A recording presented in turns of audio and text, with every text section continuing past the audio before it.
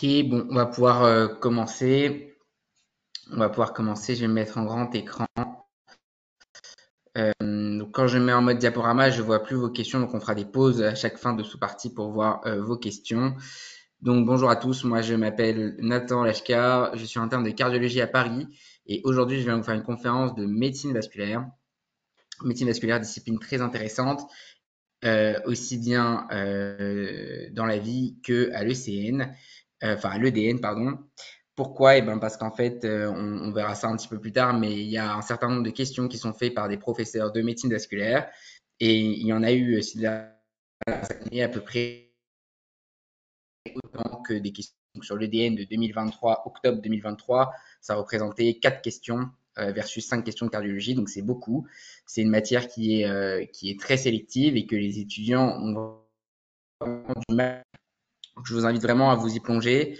Cette conférence, je sais que bon, voilà, vous êtes en D2, en DFA 1. Cette conférence, je l'ai faite avec beaucoup de rappels de cours pour qu'en fait, vous n'ayez pas trop à vous prendre la tête sur cette matière et que vous fassiez des grands screens de mon écran, que vous puissiez directement mettre dans vos fiches ou vos amplis, ce qui vous facilitera l'apprentissage. Voilà. On va commencer. Du coup, pour ce qui est du sommaire, conférence de 2h30, on va essayer d'être dans le timing. Je vais lancer un chrono. Je ne vous libérerai pas après 21h30, je vous le promets. Euh, Hop là, je lance mon chrono. 2h30 avec des KFP et des DP corrigés, des QI, des crocs. J'ai mis aussi des apps pour que vous puissiez avoir quelques images. Et puis, comme je vous l'ai dit, beaucoup de points de cours et de diapo récap pour que cette matière s'éclaire. Pour rendre cette conférence un peu vivante et un peu plus claire, je me suis basé sur les 6 petits personnages que vous voyez en bas.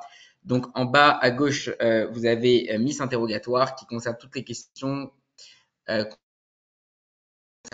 l'interrogatoire et les diagnostics d'interrogatoire. Ensuite, avec son petit doigt magique, Mister Examen clinique qui lui sera sur toutes les diapos qui concernent l'examen clinique. Vous l'avez compris avec la réforme de l'EDN en 2023, vous avez beaucoup plus de questions qui concernent l'examen clinique et l'interrogatoire. C'est vraiment ce qu'on cherche à vous inculquer. Ensuite, vous avez Mister Examen complémentaire. Les questions à l'EDN sont souvent sous cette forme-là. On vous demande de choisir parmi un certain nombre d'examens complémentaires lequel est le plus pertinent. Et donc ça, c'est assez important de bien comprendre la place de chaque examen complémentaire dans la démarche diagnostique ou étiologique. Vous avez ensuite mon préféré, le quatrième, Mister Score. Vous allez voir, la médecine vasculaire, c'est une spécialité qui est basée sur beaucoup de scores et ces scores sont au programme. Et donc, je vous mets Mister Score sur tous les scores qu'il faut connaître pour l'EDN. Vous avez ensuite Mister Blue. Mister Blue, il sera sur toutes les diapos que vous pouvez simplement copier, coller et inclure directement dans vos fiches. Et puis enfin, Miss Urgence, elle est toujours en panique, elle court toujours après le temps. Ça, c'est vous en garde et ce sera sur tout ce qui concerne les diagnostics d'urgence. Voilà le sommaire de ce soir. Tout ce qui est en jaune sera traité ce soir. Tout ce qui n'est pas traité ce soir sera traité dans la conférence TD de dimanche. Donc, on va voir une bonne partie de l'item 226, tout ce qui est thrombose veineuse profonde et superficielle. Une bonne partie d'item 227 avec l'insuffisance veineuse chronique. Puis enfin, puis ensuite la pathologie artérielle avec le gros item 225 qui est vraiment le gros item de médecine vasculaire sur toute la pathologie artérielle. On fera ce soir AOMI, ischémie aiguë et anévrisme de l'aorte abdominale. On verra aussi un item qui m'est très cher, c'est l'item 222 sur le risque cardiovasculaire. Item extrêmement tombable, on en reparlera.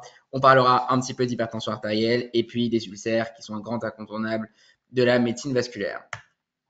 J'espère que tout le monde suit pour l'instant. On commence par une petite introduction et un point méthodo. Vous commencez l'externat et j'aimerais vous donner une méthode pour aborder tous les collèges de spécialité d'organes.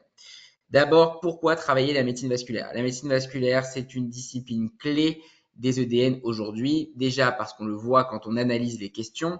En fait, à l'EDN, on peut très rapidement savoir qui écrit les questions parce que les questions sont groupées en fonction des spécialités. Donc, vous avez par exemple 5 questions d'ophtalmo, 6 questions de neuro, 3 questions de cardio, etc. Et c'est comme ça, les questions sont groupées en fonction des spécialités. Et donc, quand on étudie les sujets des EDN comme moi je l'ai fait, vous avez une grosse tendance à la médecine vasculaire avec 4 à 5 questions par an sur la médecine vasculaire. Sachez qu'en 2022, à l'époque où c'était encore des DP, il y a eu un DP de 15 questions entiers sur l'AOMI.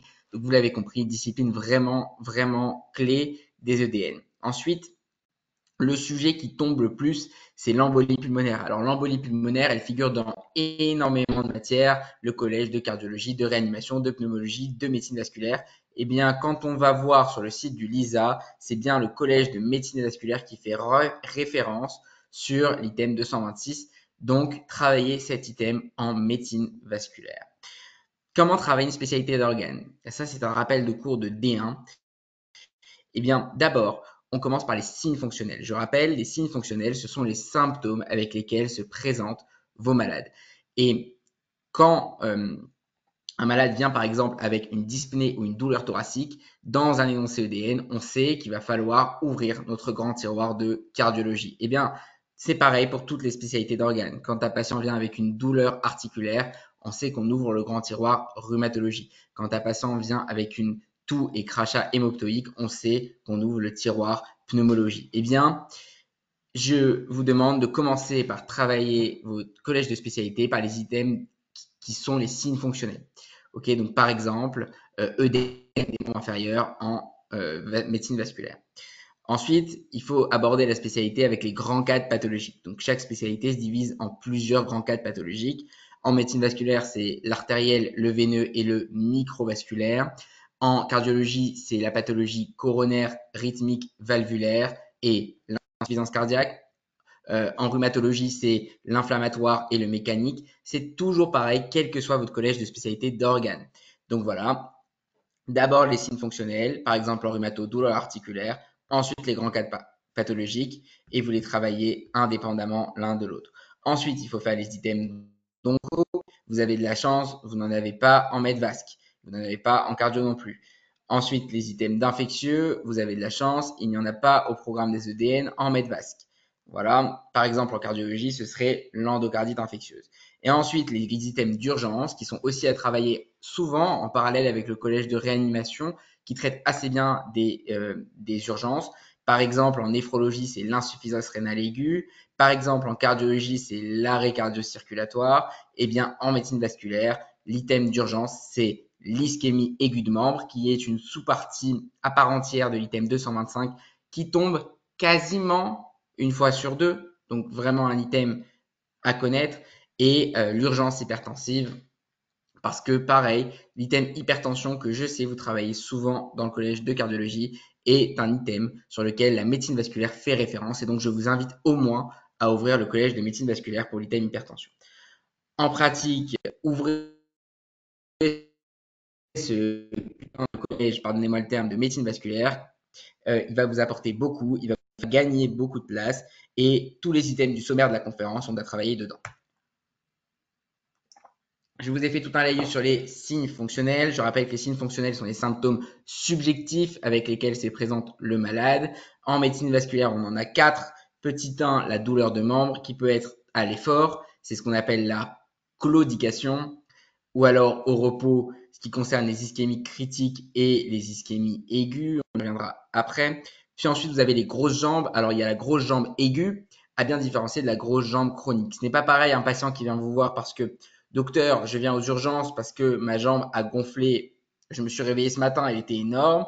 Ou alors, docteur, ça fait plusieurs mois que mes jambes gonflent et j'en ai marre. Là, ça fait 3 mois que ça gonfle et je viens vous voir. D'accord? Attention, différenciez bien la grosse jambe aiguë de la grosse jambe chronique. Ce ne sont pas du tout les mêmes diagnostics. Et puis enfin, vous avez évidemment les troubles trophiques. En médecine vasculaire, c'est une spécialité dégueu. On va aller voir des plaies, on va aller voir des orteils. On regarde toujours les jambes, comme l'exemple que je vous ai mis sur la diapositive. Et donc, les troubles trophiques, c'est un des symptômes avec lesquels viennent nos malades, un des signes fonctionnels. Ensuite, il y en a d'autres qui ne sont, à mon sens, pas au programme des EDN ou à ne pas travailler en médecine vasculaire. Par exemple, le malaise, qu'il faut plutôt travailler en cardiologie. La douleur thoracique, qu'il faut aussi plutôt travailler en cardiologie. La douleur abdominale, on va voir tout ce qu'il faut sur l'ischémie mésentérique. Je crois qu'on fait ça en TD. Donc, ne vous inquiétez pas. Néanmoins, la douleur abdominale, ça reste un grand item de gastro. Et puis, la malformation vasculaire, c'est quelque chose qui ne tombera pas à l'EDN, même si c'est un tout petit peu traité en CMF. Moi, je vous conseille de ne pas bosser ces malformations qui sont extrêmement rares. Enfin, dernier petit rappel, signe fonctionnel, c'est le symptôme qui est présenté par le malade, c'est quelque chose de subjectif. Faites bien la différence avec le signe physique. Le signe physique, c'est votre travail de médecin avec vos yeux, avec vos mains, avec votre stéthoscope. C'est votre examen physique. Et donc le signe physique, vous le détectez à l'inspection, la palpation, la percussion, l'auscultation. Bref, c'est quelque chose d'objectif, c'est quelque chose que vous avez mis en évidence. On ne peut pas remettre en question son travail de médecin, tout le monde le sait. Alors que le signe fonctionnel, c'est quelque chose de subjectif. Votre patient vous dit qu'il a mal aux jambes, c'est une sensation subjective, la douleur, d'accord? Donc, votre patient vous dit qu'il a les jambes qui gonflent, et bien pareil, ça peut être quelque chose de subjectif. Par contre, l'œdème, c'est vous qui le mettez en évidence avec vos mains, avec vos doigts, vous appuyez, il y a un godet. Là, c'est quelque chose d'irrévocable. Faites bien la différence entre signe fonctionnel et signe physique. Les deux font partie du grand cadre de l'examen clinique. Ensuite, à partir des signes fonctionnels et des signes physiques de vos malades, vous allez suspecter des hypothèses syndromiques. Vous allez par exemple suspecter un syndrome d'insuffisance veineuse chronique. Syndrome veut juste dire que c'est une association de symptômes. Et puis, une fois que vous avez votre syndrome, vous allez différencier les grandes étiologies. Par exemple, dans l'insuffisance veineuse chronique, si vous avez un syndrome d'insuffisance veineuse chronique, eh bien, vous pouvez avoir une insuffisance veineuse chronique primaire ou une insuffisance veineuse chronique secondaire, post-thrombotique par exemple. Et donc là, vous rentrez déjà dans la démarche étiologique. Gardez bien cet ordre en tête, c'est la base de votre architecture dans toute la médecine. Les signes fonctionnels, les signes physiques, les hypothèses syndromiques et les hypothèses étiologiques. N'allez pas trop vite, y compris à l'EDN. On peut attaquer maintenant vraiment la conférence de vasculaire avec 40 minutes sur de la pathologie.